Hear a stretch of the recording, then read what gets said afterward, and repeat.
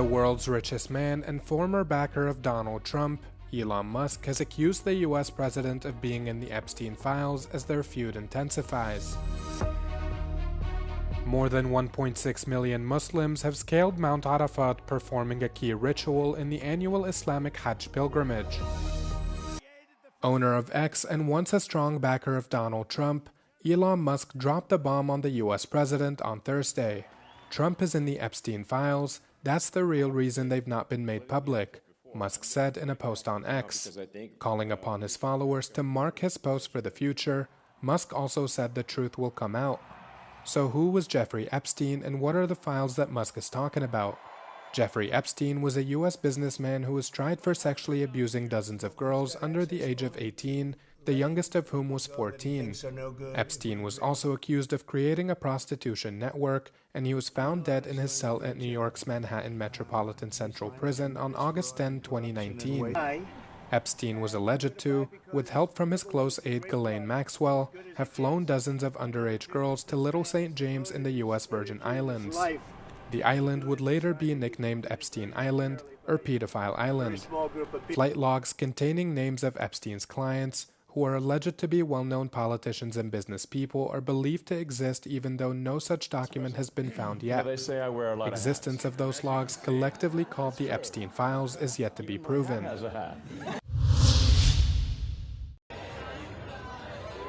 The Eurovision Song Contest is facing pressure from the European Parliament with growing concerns about possible televote manipulation.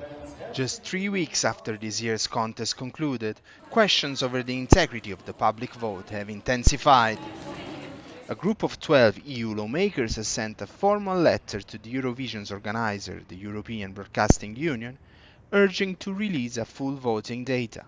The European public deserves full transparency regarding this year's voting process, including the extent of state-sponsored advertising and any undeclared sponsorship. The MEPs specifically point to the alleged promotion of Israel's entry, reportedly supported by campaigns run by the Israeli government advertising agency.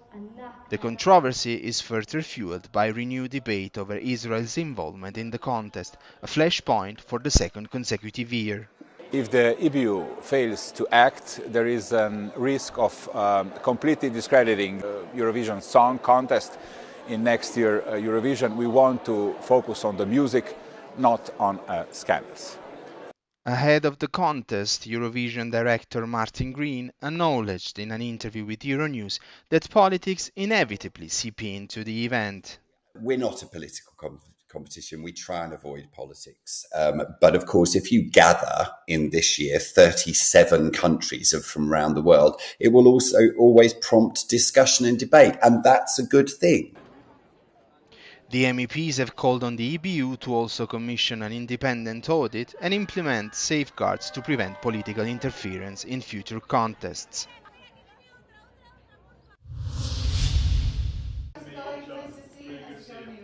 UK Trade Minister Jonathan Reynolds is keen to use EGates as soon as possible.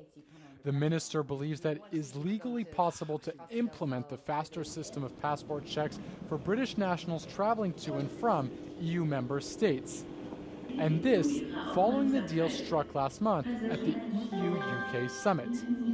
Asked by Euronews whether 2025 would be the year for people to use EGates for their summer holidays, Reynolds was hopeful, even if the implementing details are still pending. We hope it is as soon as possible, because part of the agreement is the Commission saying there's no legal impediment to the use of EGates. It is used in some countries. Obviously, it's got huge efficiency advantages from using. Reynolds is confident that the May agreement reached with the EU will be able to stand up against future governments, dismissing opposition arguments against the agreement from the UK's Conservative and Reform parties. Reynolds believes there will always be people who want to move on. Yes. In terms of the media reaction, I'm absolutely confident that this agreement is in the best interest of the UK. It's in the best interest of the EU as well. But I think there is a coalition we can build that doesn't want to look to the past. One of the contested points in the new Labour UK-EU reset last month was an agreement settling access to fisheries for the next 12 years. Reynolds defends it. Let's not forget on fishing, there is no less access, no diminishing of the UK position from what is already the case. And actually what is already the case is better than it had been in some previous years. Agreement on issues like EGates and fisheries are an example of a strengthening cooperation following a broader deal reached in May, the first since the UK left the EU bloc in 2020. More than 1.6 million Muslims faced temperatures exceeding 40 degrees Celsius as they embarked on a day of worship and Hajj rituals in Saudi Arabia. Pilgrims climbed hills and scaled Mount Arafat in the early hours of Thursday to perform a key ritual in the annual Islamic pilgrimage. Arafat holds immense significance in Islam, as it's mentioned in the Holy Quran, and it's where Prophet Muhammad, peace be upon him, delivered his final sermon. According to traditional sayings of the Prophet, the day of Arafat is the most sacred day of the year for Muslims, where God draws near to the faithful and forgives their sins. After spending a day on Mount Arafat, some 25 kilometers from the holy city of Mecca, worshippers descended down to Muzdalifah. In Muzdalifah, pilgrims collect pebbles to throw at the devil in Mina over the next 3 days of Hajj, beginning on the first day of Eid al-Adha on Friday. Hajj is one of the 5 pillars of Islam and is a religious obligation involving rituals and acts of worship. Every Muslim is obligated to perform Hajj at least once in their lifetime, provided they have the money and are physically fit to do it. According to intel from the EU's border agency, irregular crossings have decreased this year by 27%. Frontex say their 3,300 officers manning the EU's external entries are to thank for this drop. Watching it all from his office in Vienna is Michael Spindelegger, Director General of ICMPD, an organisation that plays a role in shaping migration policy in Europe. Now it's going down, but you don't know how long this is staying with these lower numbers. Still, if you have a look to the numbers of asylum seekers in Europe, it is very high. So also last year, we had nearly 1 million asylum applications in Europe. This is a very high number. And so I think it is not a situation where we can calm down. It is a situation where we have to look exactly what kind of measures have to be done for the future. But what about Italy and Denmark, I ask? The two migration hawks have written to the European Court of Human Rights asking for, quote, more room to crack down on migration. Michael Spindelegger admits there are some, quote, legal issues, but calls their measures innovative. I think everybody is invited to look to, as they call it, intelligent, modern ways to deal with the migration issues.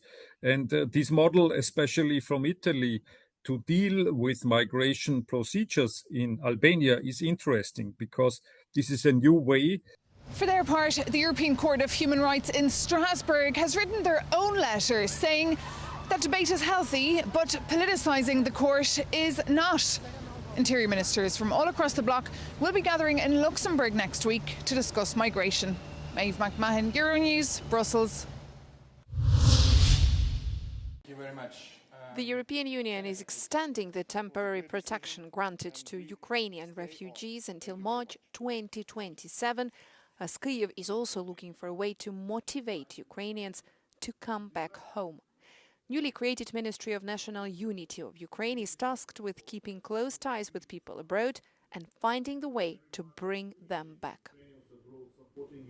This brings, from now, more than 20 months of clarity for Ukrainians here in the European Union to plan their life and to plan their future return to Ukraine once the conditions will allow that. For some, peace and stable peace is priority.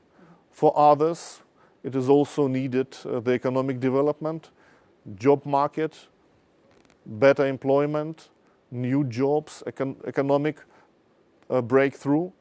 For others, European integration. But if we go this way, most of Ukrainians will seriously consider relocating back to Ukraine. Until then, Alexei Chernyshov says they have been contributing to the EU's economy and labour market.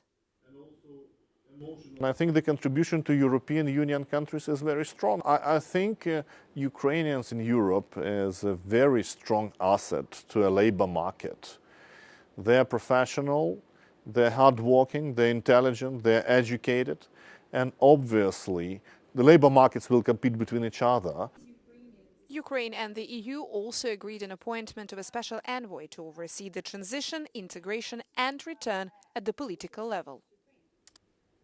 We are having a big support from European Commission on setting up a special envoy role for Ukraine, and we will also develop the Unity Hub program throughout the European countries. I'm sure it will develop the possibilities for Ukrainians to consider serious return home, again, conditionally on the stable peace. An estimated 4.3 million Ukrainians left their country and relocated across the EU. And while Ukraine really hopes people will come back as soon as they can, Chernyshov admits that it is getting more difficult as Russia's invasion of Ukraine drags on. Kyiv hopes people will return, but it will not force them to. We cannot force anybody to come back. This is impossible. The only motivation to go back to Ukraine is successful Ukraine and your love to your homeland. These are the only two factors that make Ukrainians go back and consider this decision seriously. No forceful actions can be provided and will be provided.